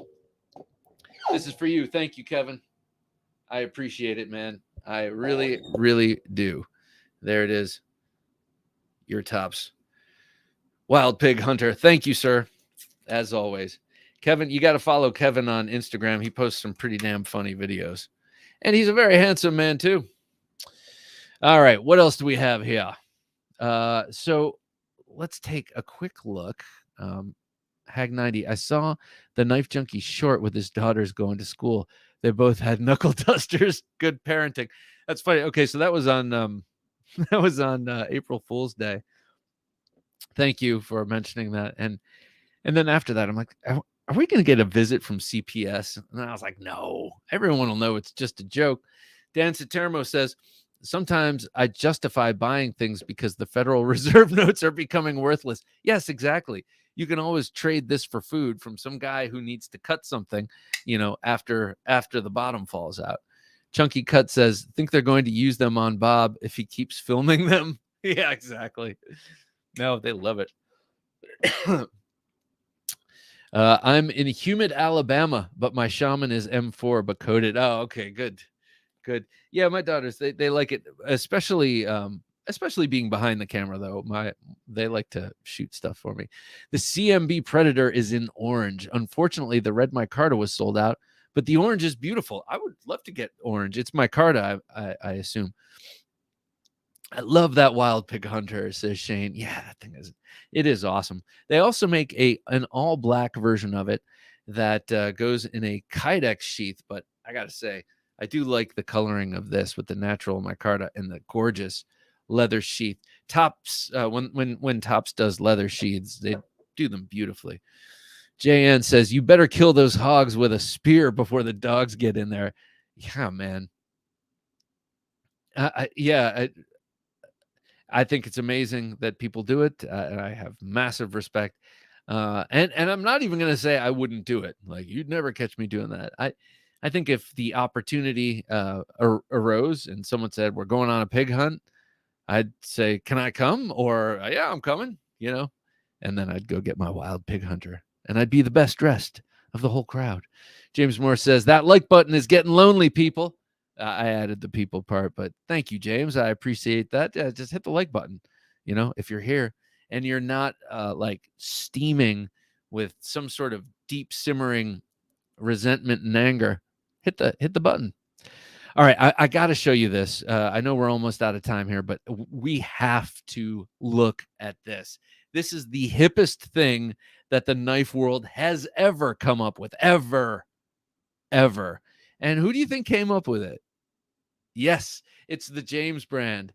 Let's take a look. This is a new fixed blade knife that has a very, very specific purpose. This knife is for opening up vinyl records. That's right. It is a tiny little knife called Abbey, and we all know it's probably after Abbey Road. And this is just a made in conjunction with the Record of the Month service, Vinyl Me Please. So it's cool. It's a little Warncliffe. It really is tiny. Comes in a nice little sheath, little leather sheath, something of which we've seen from James Brand. It's a very James Brand thing, and I would be disappointed if they didn't make this or if anyone else did. But man alive, is it. It's just so funny. So it's out of AR RPM 9. It's made by Artisan Cutlery, and that's the OEM for this. Just a cool little thing, but man, I saw that and it just made me laugh. It's like, I don't listen to anything unless it's on vinyl, and I never, I can't, and if you're too young to remember having records, or if you're just not hip enough to ever have had a record, you had a cellophane wrap around the record, and what you wanted to do is slice right down the side opening so that the cellophane stayed on and sort of protected the jacket. And so that's what that knife is for. That's it. All right, I just had to show. What do you guys think? Is this am I a curmudgeon? And I didn't, if you'll notice, I didn't judge it. I didn't say it was bad or good. I just said it's about the hippest thing I've ever seen ever in the knife world, because of what it's for. What do you guys think? Is there such thing? Should there be such thing as an LP record opening knife like this? Is this a more the merrier? I think it is. I mean, that's how we should be about all knives, right? Chunky Cut said, side note, thumb disc on knives must be stopped. Why? Just to be different? Oh, man. I can feel it. I can feel it in your voice, so like that. But that's old, man. That's old as the hills, because Ernest Emerson was doing that on his knives before all the other punks started doing whatever they're doing with their front flippers and their double detents. Cole says, how do you feel about rich made knives, art knives in general? Art knives in general, I have mad respect for art, for some art knives. Rich made knives, I don't know. They almost seem like parody knives to me. And I'm not saying that parody can't be art. They're like the political comic strips of knife design. You know what I mean? Like, so, and this is not a diss. It is not me judging rich made knives. If I were to judge rich made knives, I would say too many notes, not my taste, over designed, impractical, and all the other things. But I'm not judging. I actually think self-expression is important if that's how this guy does this. But man, I've seen some crazy looking Rich Made knives. When I think of art knives, I think of Michael Walker, or I think of River Steel, or just like really fancy, innovatively fancy knives with great materials and stuff like that. His knives are something different to me. They're like sort of almost like props, like they're made for fantasy movies or something. I don't know. Hard to describe.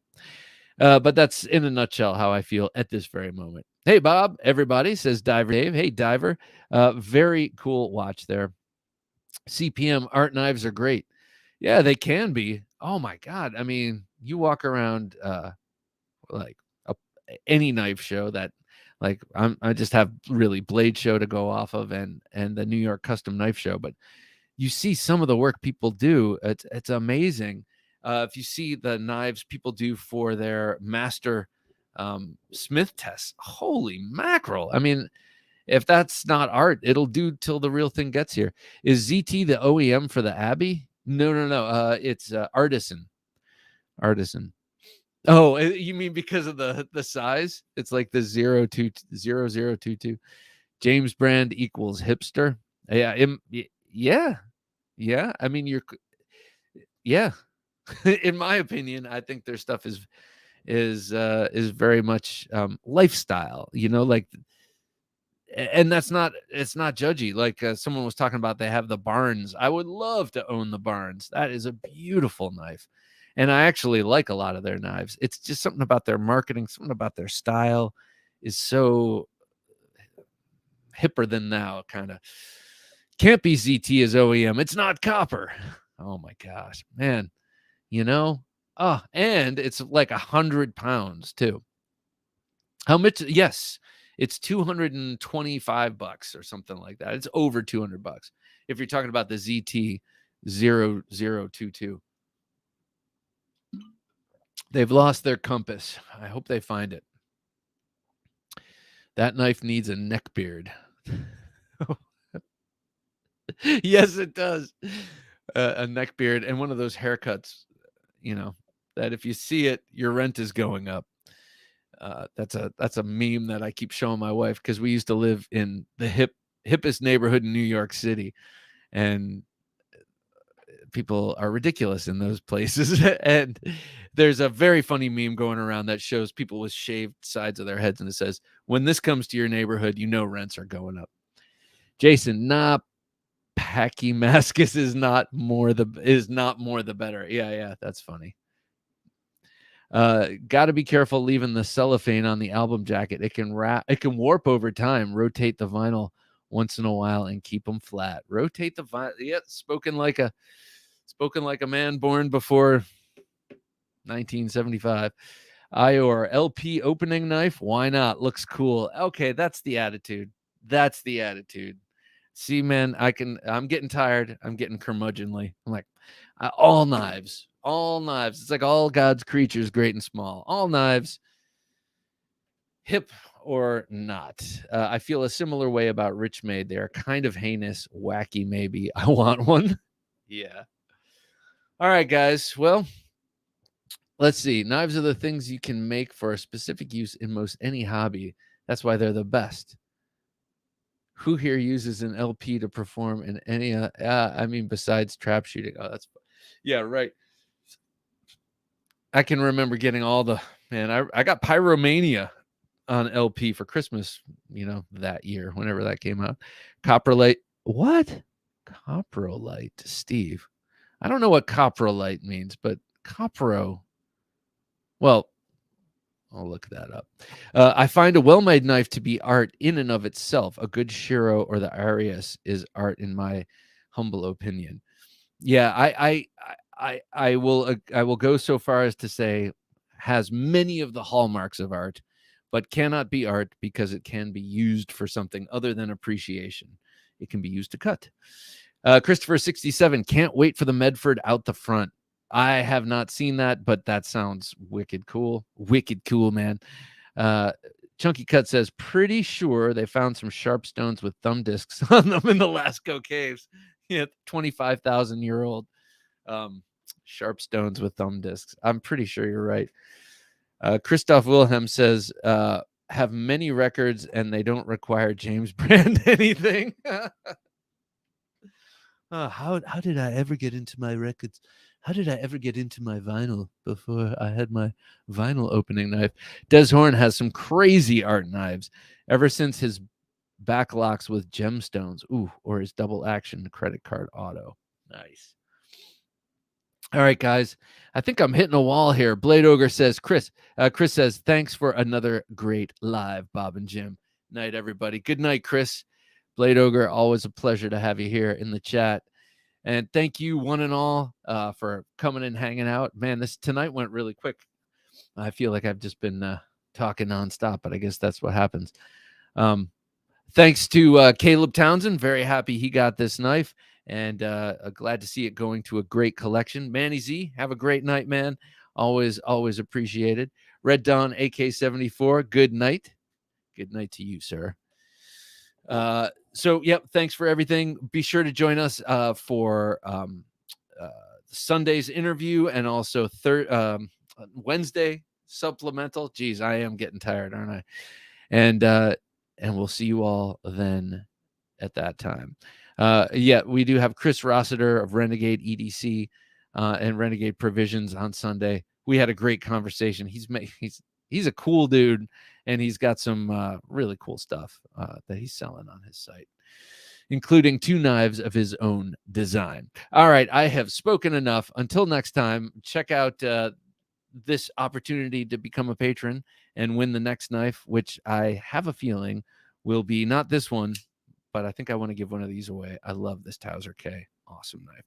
All right, until next time, I'm Bob DeMarco saying, for Jim working his magic behind the switcher, please don't take dull for an answer.